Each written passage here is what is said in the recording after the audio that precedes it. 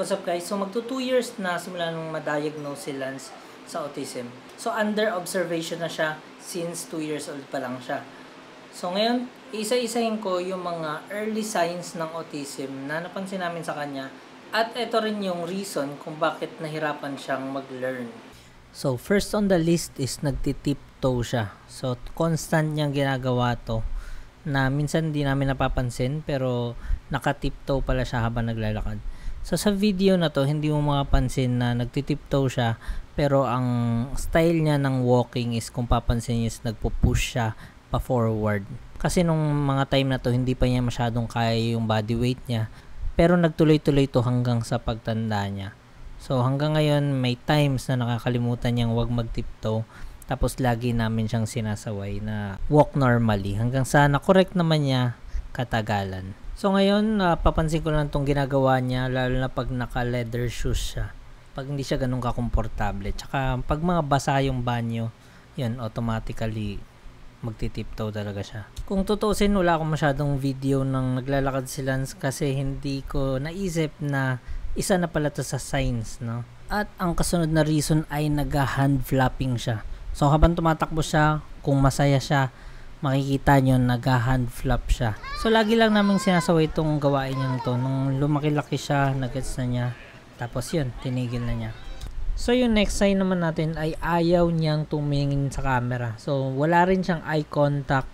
Kung papansinin niyo pag nakakita siya ng camera, ayaw niya tumingin. Tulad lang sa video na to, kahit anong pilit ko, talagang iiwas siya ng tingin. So sa una, nakatingin siya sa akin.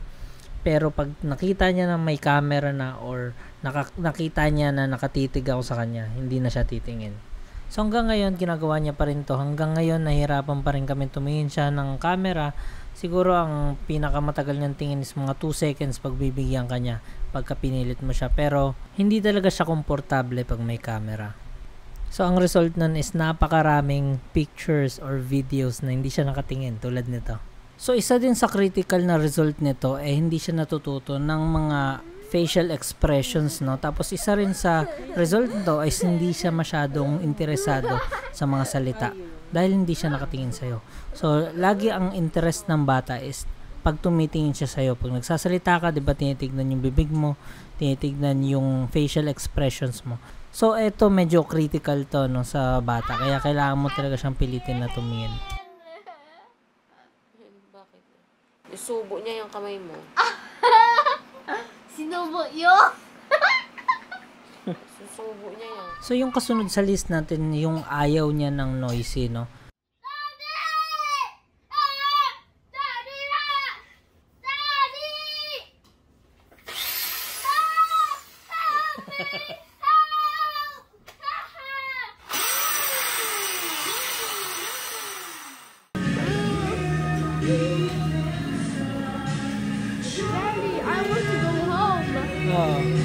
Uwi na tayo.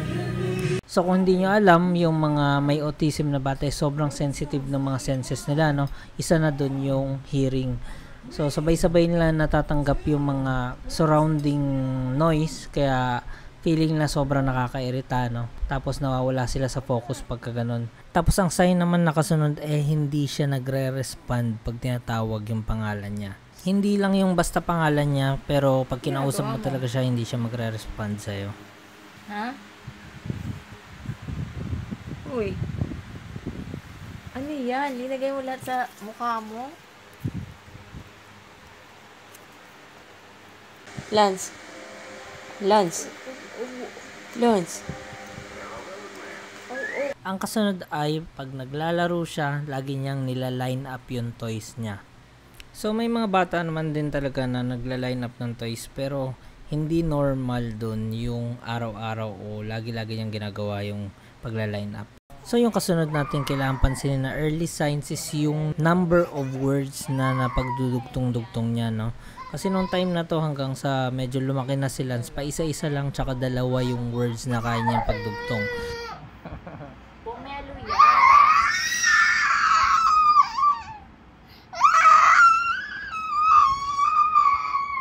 Ano ba yan? Ano ba yan? What's that? No, it's pomelo. So kung papansin niyo rin sa video na to, paikot-ikot siya sa isang area lang. So marami siyang video na tulad nito, meron talagang totally umikot-ikot lang siya. Tapos isa rin sa signs niya is yung pagka nagtantrum siya, tulad lang nito, umaabot na ng ilang oras. Ang pinakamatagal ata na oras na nagtatantrum si Lance is 3 oras na straight umiiyak ng ganyan kaingay. Hindi na. Tapon. Ay.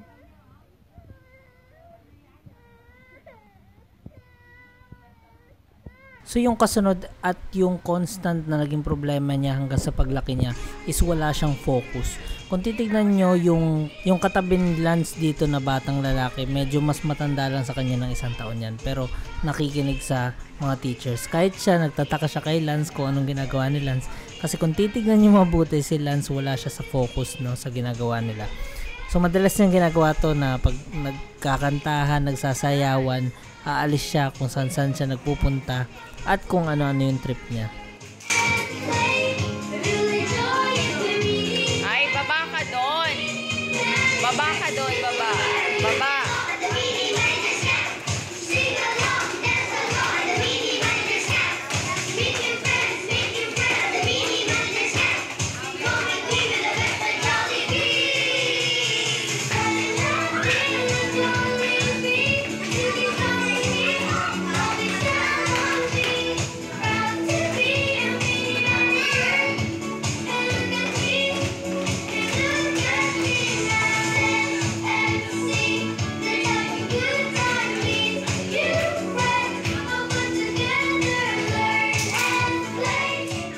At ang huling sign na masasabi ko ay kapansin-pansin talaga sa kanya ay pagiging tulala. So lagi nangyayari to sa mga pagkain, lagi siyang tulala. Out of nowhere, nagkikwento ka sa kanya, bigla na siyang tulala. Nakatayo siya sa sobrang interesting na place pero tulala siya. Dito mo makikita sa mga mata niya na yung tinatawag na 1,000 mile stares. Alam ko yung explanation nito pero sa mga next video ko na explain.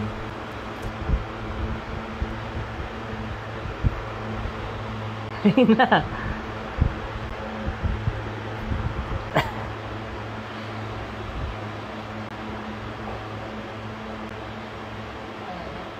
Papansit ah. Dali na. So dito na nagtatapos yung video natin. Kung gusto nyo masundan yung growth ni Lance, mag-follow lang kayo and mag-subscribe dito sa channel. Maraming salamat.